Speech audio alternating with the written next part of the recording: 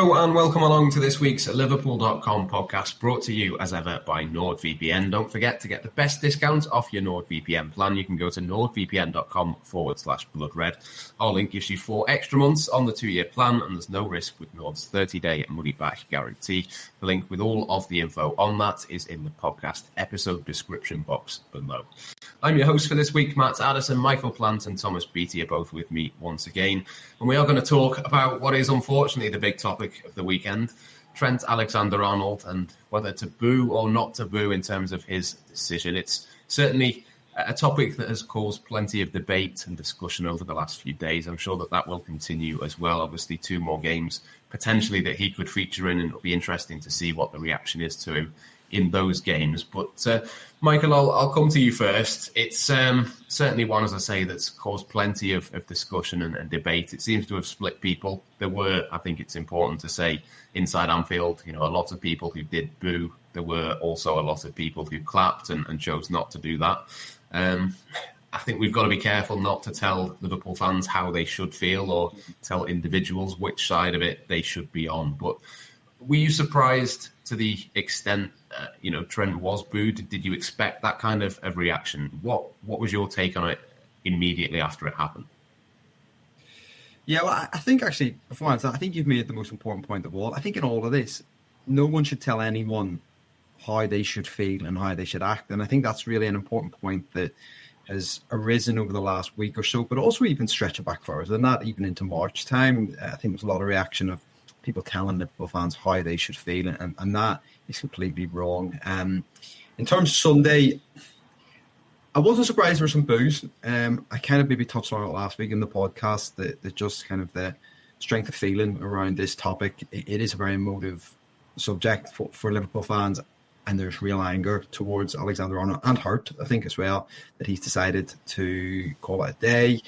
So I wasn't surprised. I was maybe a little bit taken aback at just how many boos there were, and particularly when he first came on the pitch and those first 1 or 2 touches of the ball, it was really vociferous, the crowd and the shouts, and just how loud it was, really. So, yeah, I was maybe a little bit taken aback, but as you said, it was a mixture, and I always think that in a crowd, if 5 people clap and 5 people boo, the boos are going to ring out so much louder. And I think sometimes you just hear the boos, it doesn't tell the full story. And actually, by the end, there wasn't too many boos, and he was.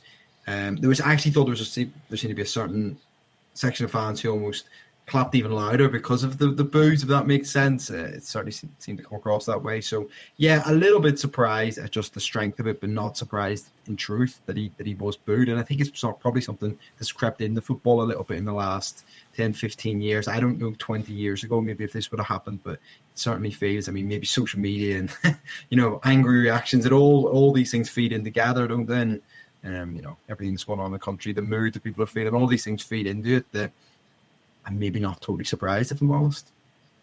Yeah, it was certainly, I think, divisive, Tom. Which side of it do you come down on, or are you somewhere in the middle? I think for me, personally, I think I can't really understand completely the boos, given that he's still playing for Liverpool and fans will want Liverpool to win. But then, equally, I can understand why people are not happy about it.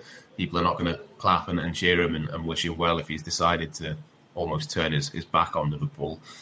Are you one side, the other, or somewhere in the middle? Yeah, I think as you hinted there, a lot of people's opinions on it kind of exist on a bit of a spectrum, really. On one end of it, you've got people who kind of say, well, it's everyone's right in the stadium. They pay for a ticket to kind of voice their opinion or their disapproval, in this case, of what Trent's chosen to do. On the flip side of it, I've spoken to people who were there and kind of, coming out the game as well, who felt a little bit uncomfortable with it, particularly people who've gone the game for a long time, 30, 40 years, it seems almost. I think Michael was kind of hinting at that before as well, that it's something that's crept in more recent times, maybe booing and things like that. I think that from my own perspective, I'd probably never boo a player in red, wearing the Liverpool shirt. And again, I'd never kind of tell fans what to do, but my initial reaction, and I read a column from John Aldridge in the Liverpool Echo yesterday where he said he felt a little bit uneasy with it, and that probably was, if I'm completely honest, my initial reaction, my honest kind of unfiltered reaction on that was that.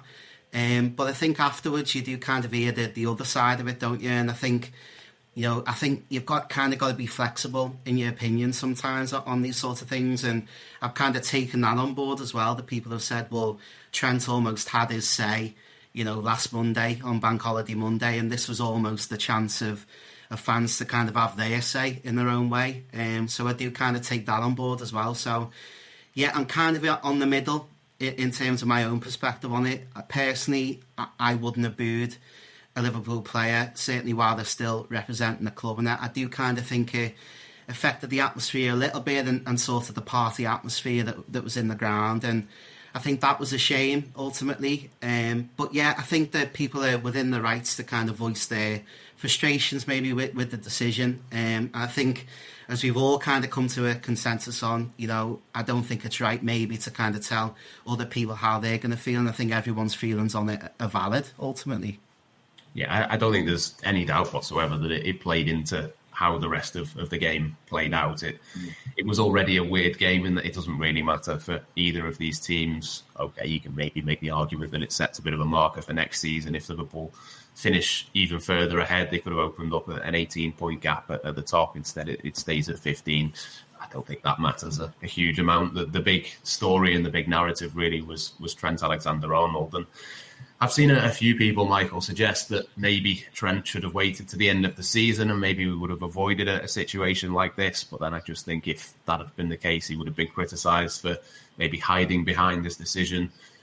I don't think there's ever really a good time to come out and say that you're going to leave on a free transfer. You're not ever going to be popular. I think Trent, to be fair to him, admitted that in the interviews that he gave when that decision was announced just over a week ago. I mean, do you think he should have done it at a different time? Do you think that would have made any difference? Obviously, it would have made a difference in terms of this particular game and the booing, but would that have just moved the criticism to a different point or from a different angle rather than taking that away? Yeah, I think it would have moved it to a different point.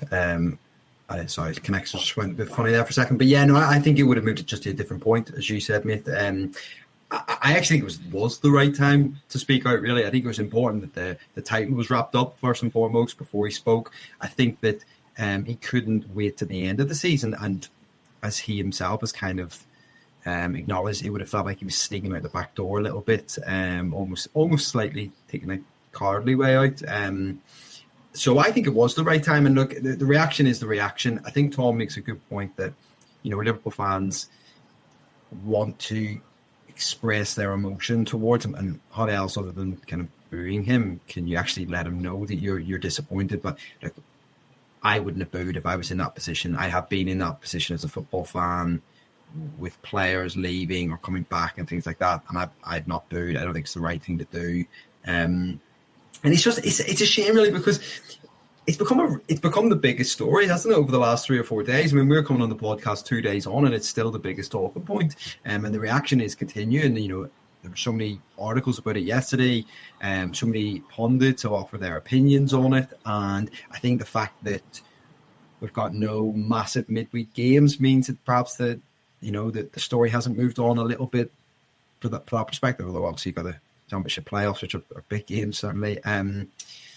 So yeah, I think it is a bit of a shame that it's got to this stage. But at the same time, I think Alexander-Arnold has got to realise that this is how strong people feel about it. And I mean, my initial reaction on Sunday was, well, look, you reap what you sow a little bit. Now, maybe in hindsight, thinking about it on it a little bit, I was surprised at just how strong the reaction was. But it's just a really difficult situation now for Liverpool, for the player, and for Arne Slot as well. Arne Slot was probably thinking, I've been waiting for this situation to be wrapped up for months and I'm still having to deal with the fallout from it. And I think what it also proves to me is, I think Alexander-Arnold thought he was just going to basically say, I'm really sorry, love the fans, love the club, and it would just kind of everyone forget about it. That is not going to be the case. And you're talking about coming back next season.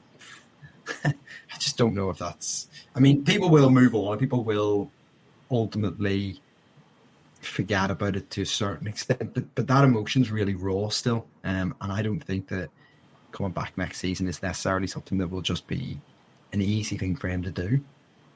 I thought he looked a little bit surprised when the boos were happening. I think you could tell a little bit on his face that he maybe thought that it would happen to a certain extent, but it was very loud, particularly obviously when he came on. I think Arne Slot tried to kind of deal with that a little bit in the fact that he made a triple sub and there were two other players coming on at the same time. It's difficult to ascertain exactly, as we said before, how many people booed and how many people clapped. But I did think that was interesting, Tom, that you could sort of see on his face that he was a little bit uncomfortable. You used the word sort of unease in terms of a fan's perspective. I'm sure it must have been hard for him. I think Virgil van Dijk said afterwards that, you know, it's not just Trent that has to deal with the boos, it's the rest of the Liverpool team as well. It definitely had an impact in the game. But how surprised were you with the sort of loudness of the booing? I'll be completely honest, I was a little bit surprised. I expected to be a little bit of kickback, and I think, you know, in the away end at Leicester, you know, a few weeks ago, there was kind of some murmurs, wasn't there, of discontent, but I think obviously he hadn't come out and really kind of stated his intentions at that point. So I think by the time he kind of scored the goal that he scored, you know, there wasn't kind of that feeling as much in the ground at that point. But yeah, I was a little bit surprised, and I think it kind of comes back to the fact that there's probably no real tangible sort of precedent with this case, if you like.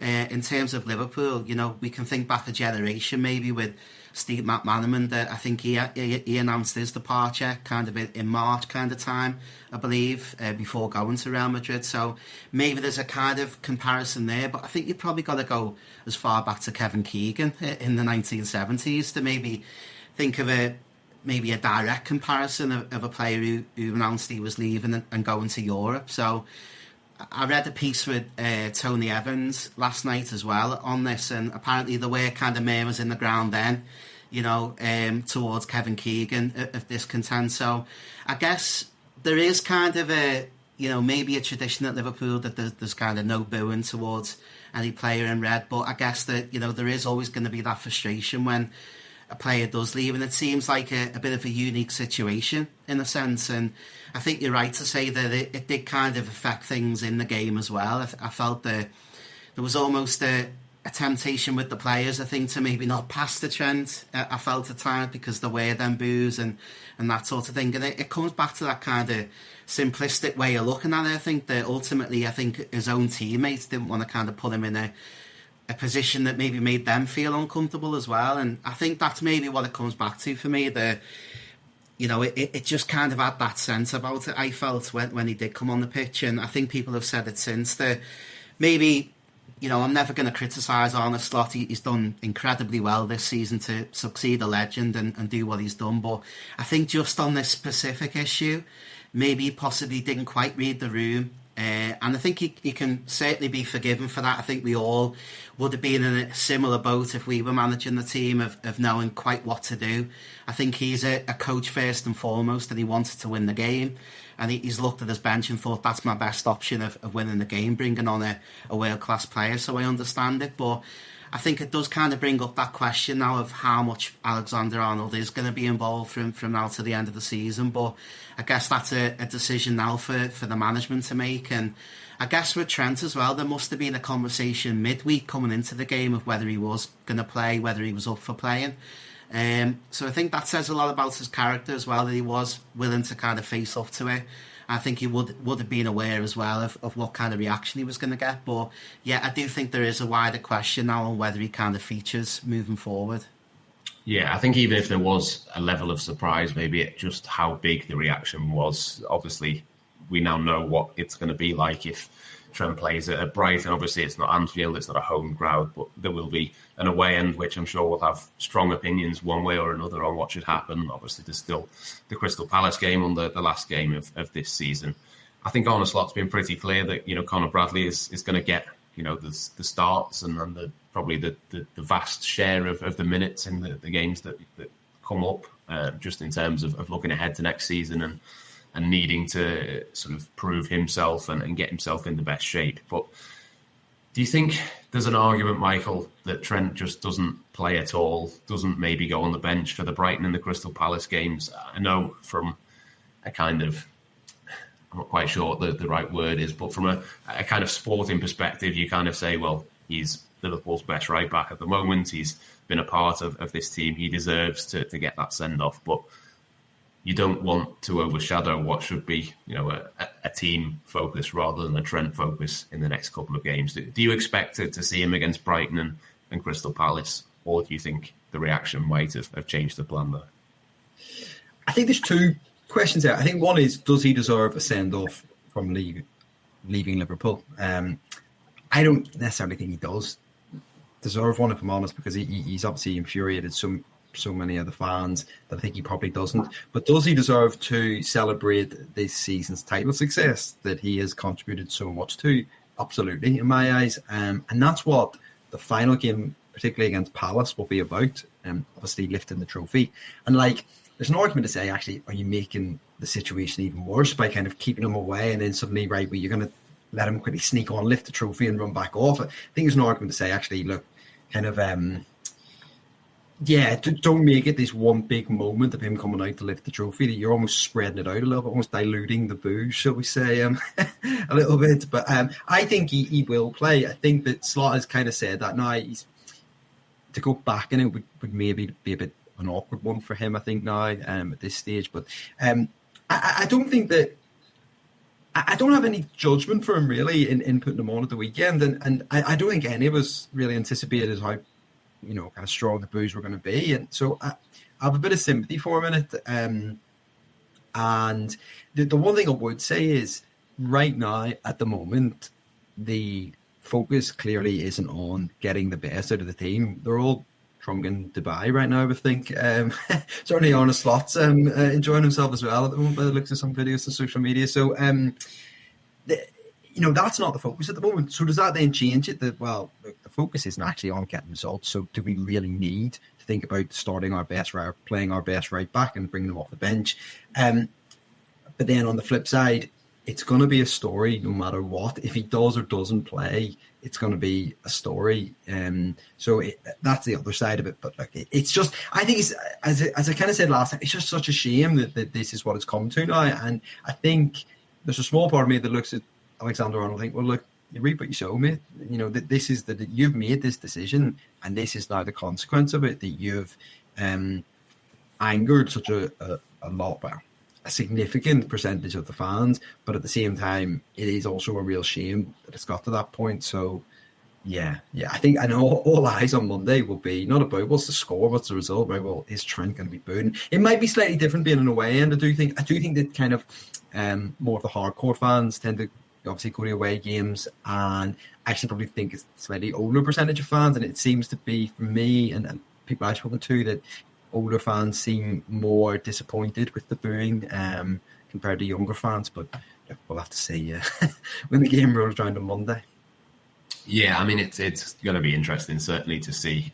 You just hope that isn't the big story again, and the big narrative is all about Trent. But I suspect that there's probably a good chance one way or another it is going to sort of work itself out in that way. I mean, Tom, I expect Conor Bradley will start because Arne Slot's been pretty clear about giving him opportunities. But what would you do if you were him, or even if you were Trent? To be fair, I'm sure there's probably a case for Trent having his say and his opinion. If he was to go to the manager this week and say, "Listen, we've seen the reaction. Maybe let's think about not doing that." Do you think there's an argument one way or the other for either sticking to your guns and playing him off the bench, or maybe not even taking him in the squad at all? I think it's probably got to be one or the other. But do you have strong opinions on which it should be? Yeah, I mean, it's an odd situation, isn't it, where, I can kind of see both sides again. And I'm not kind of saying that to kind of be diplomatic on it, but I do kind of think on the flip side of it, you can see kind of the sport and angle that you want to win kind of every game that you can from now till the end of the season, and he basically gives you the best chance of doing that. He's probably the best right back in the world.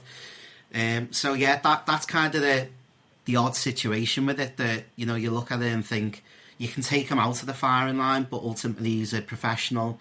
He showed that over the past 8 or 9 years in the first team, just how much of a top professional he is. And I hazard a guess that he'd possibly want to play against Brighton. I think that'd be his mentality, to kind of face up to the decision, face up to the boos, and maybe almost win people around on it through his performances. And you know, I have no doubt about his professionalism. That's always been there. You know, I think he's always been that for Liverpool. He's always turned up, and I think ultimately I still kind of have that respect for him as a player who's come through the youth ranks at Liverpool, a local lad who's lived out the dreams of millions of Liverpool fans around the world, won everything there is to win at the club as well.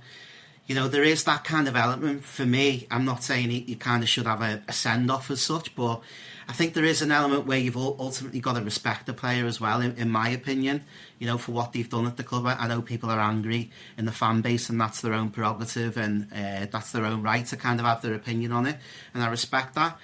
But yeah, I think ultimately he'll be, you know, very focused on doing his job, I think, from now till the end of the season. I hazard a guess that he'll want to play, to be honest, in the last 2 games of the season. I think, like Michael said just before as well, he's played a massive part in delivering this second league title in the space of 5 years as well. He's been a massive part of this last kind of successful era at Liverpool as well. So I think that is where it's kind of complicated for me. And we say about kind of the trophy lift and stuff, and I think basically all eyes are on that now within the fan base, as you know. I think we're all kind of looking forward to that, you know, to kind of put a bookend on the season really, and kind of celebrate what these players have been able to do. And I think there is maybe a wider question on whether he's there for that, whether he's there for the parade, whether that's advisable, you know, in terms of kind of the optics of it. But I think, yeah, ultimately, you know, he's played a massive part in delivering this league title, and you can see from his perspective why he'd possibly want to be there and kind of enjoy it, and you know, see off what's been a historic year at Liverpool. So again, I can kind of see both sides of it, and I can understand from his perspective maybe if, like you say, he wants to kind of silence his doubters a little bit and ultimately kind of answer them in that way with kind of performances off the bench or on the pitch as well. Yeah, he went pretty close with the free kick that he took. I would have been interested to see if that goal had gone in, would that have changed the perception? I'm sure plenty of those who were booing would suddenly have been cheering very loudly for the fact that he'd scored for Liverpool. But yeah, it's certainly going to be interesting, isn't it? I mean, just to touch on Conor Bradley, I don't want to do too much of what we did last week in terms of the future and what that looks like and how Liverpool succeed Trent Alexander-Arnold, because we have done that plenty of times and we'll do that plenty of times, I'm sure, across the summer as well. But what did you make of Conor Bradley's performance at the weekend, Michael? I mean, he got booked, he flew into a few tackles, he did quite a few of the typical things that we've seen Conor Bradley do. But what did you make of his performance, considering that he was sort of in that team alongside a lot of the players that if he is in the first 11 next season, he'll probably be alongside Konate, Szoboszlai and Salah, for instance? Yeah, I thought he was really good in the first half. I thought he played well defensively, won a couple of tackles, won a really early tackle that got a big cheer off the crowd. He was good going forward, linked well with Salah. I thought he's obviously very different to Alexander-Arnold, as we've touched upon, but I think his ability to drive with the ball is going to be, assuming he is first choice right back next season, is going to be a real variant to the way Liverpool play now and bring something different to Slot's approach in the first year. I thought in the second half he struggled, if I'm honest. He obviously made 2 mistakes inside the first 90 seconds of the half, one of which was capitalised upon by Arsenal and obviously led to their goal. So I think that would be the slight worry. And then he obviously got booked, didn't he? And then got taken off because he's only got 70 minutes in his legs. And in an odd way, it kind of encapsulated the 2 worries for me about Bradley going into next season. One, look, it's great coming in as a backup or as a replacement, and you've got the motivation and the passion to go and prove yourself, but can you do it consistently over 90 minutes week in, week out? And look, Sunday was essentially the first game he's ever approached as first choice Liverpool right back, rather than just stepping in for Alexander-Arnold. And in my eyes, I don't really know if he passed that examination. It's just one game. We're not going to be jumping to too many big conclusions from it. And the second one is he's only capable of playing 70 minutes. Now, again, you'd caveat that by saying, look, he's working his way back from an injury and there is hope that he'll be okay. He'll build up his fitness over pre-season and he'll be fine next season. But they are the two big issues, I think, that keep cropping up with Conor Bradley. And I thought his comments in Friday's press conference was really interesting.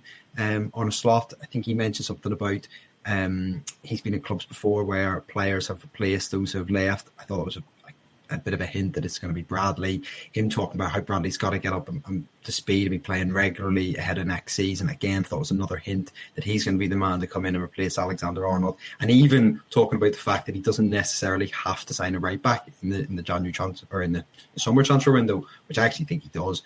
But I thought just there was one or two just little hints that actually it is going to be Bradley, that if there is a right back coming in, that they might be back up. And then, of course, I say that, and the last 24 hours or so it's been non-stop.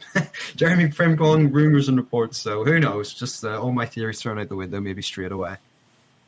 Yeah, what did you make of him, Tom? I thought, similar to Michael, he had a very good first half, but he does have a tendency to fly into a tackle and get a booking, which he is going to have to stop doing that at some point because you can't do that every single week. Yeah, I thought, like you say, first half he was solid. There was obviously that crunching tackle, wasn't it, early on, I think got the crowd up, and I think that's what we love about Conor Bradley. Obviously the famous moment in the Real Madrid game up against Kylian Mbappe was something similar really, and I think he does kind of get the crowd going in that respect. But I think, like Michael said, second half he seemed to kind of switch off a couple of times, and I think at that level, maybe that's a little bit of a concern. Obviously, I'm not going to judge him on one performance. I think that overall, from what he's shown in previous games for Liverpool, he's been excellent. But yeah, I didn't think that was his best game for Liverpool, to be honest. And it was kind of a little bit costly, wasn't it, for that first goal that Liverpool conceded. Obviously, he didn't get tight on Trossard, I think it was, for the cross into Martinelli, and ultimately that did lead to a goal. So yeah, he's got to brush up on a couple of those things, I'd say. But yeah, I think there's a wider point about Conor Bradley that, if he was on the market at the moment playing for another club, I think we'd have eyes on him, to be honest, as the kind of Trent replacement. I think he really fits with what Arne Slot's looking for in a defender. He's young, he's only 21 years of age, he's got a lot of appearances under his belt as well. Obviously that loan spell at Bolton Wanderers a couple of years ago. I think, like you say, the only concern with him now is that fitness issue, and Arne Slot kind of hinted at that, didn't he, in the press conference, like Michael was saying, that he's kind of got to get up to speed quite quickly on that, and kind of prove now, I think, in pre-season that ultimately he's got that in the legs to kind of do more than the 70 minutes that we're seeing so far this season. So yeah, I think obviously there have been them rumours flying about again about Frimpong, and there's been a couple of other links as well. I think the interesting one for me is Gavaro Reed at Feyenoord, because obviously Arne Slot brought him through at Feyenoord and gave him his debut at the club as well. I think he's only 18 or 19, so maybe that's one to keep an eye on in terms of maybe that extra body bringing them in. I think we've said previously on the show, you either go for a more kind of experienced option, Ola Aina comes to mind, or maybe an even younger option where you can kind of nurture them and give Conor Bradley that opportunity to be the real kind of first choice. So I think there's a couple of options there now for Arne Slot. But yeah, I think the game itself possibly wasn't his best in a red shirt, and I think he'll be looking to build upon that in the last two kind of games of the season now. Can I jump in and just add one other point on Bradley? We talk a lot about, is he suitable? Is he suitable to play first choice right back? The concerns are his fitness and just the level of experience. One concern that is never mentioned by anyone is, does he have the ability? And I think that's the most important point. Actually, he has the ability to go and play right back every week for Liverpool. And I think that sometimes, and I'm guilty of this, we end up focusing on the other things rather than the most obvious point is, yeah, he's good enough. Give him the platform and let him go. Yeah, absolutely. And I'm sure that will be the plan, I think, for the summer. Whoever they bring in, they're obviously going to work with Conor Bradley. And I do think it's a really important point. We spoke before, Michael, about the Club World Cup and having mixed feelings, to say the least, about that. But I think the fact that Liverpool are not in it, the fact that they've got a full summer to work with these players, it's going to be hugely beneficial. And I think it's probably fair to say they're not doing a huge amount of training and serious work at the moment. They've had a little bit of an extra rest as well, which I'm sure will play into Arne Slot's hands when it comes to the summer and all of the pre-season planning that they've got, not just for Conor Bradley and right back, but obviously a few other potential positions to focus on as well in the summer transfer market. But I think we will end the show there. We've done plenty of Trent chat, as has been the case just generally across the football world. Hopefully we can start talking about somebody else other than Trent Alexander-Arnold in the next few days, but I'm sure there'll be a lot of discussion around that, around the Brighton and Crystal Palace games as well. Well, thank you to Michael and to Tom for joining me. Thank you to you guys at home as well for listening and watching as ever. We'll be back next week with the next Liverpool.com podcast.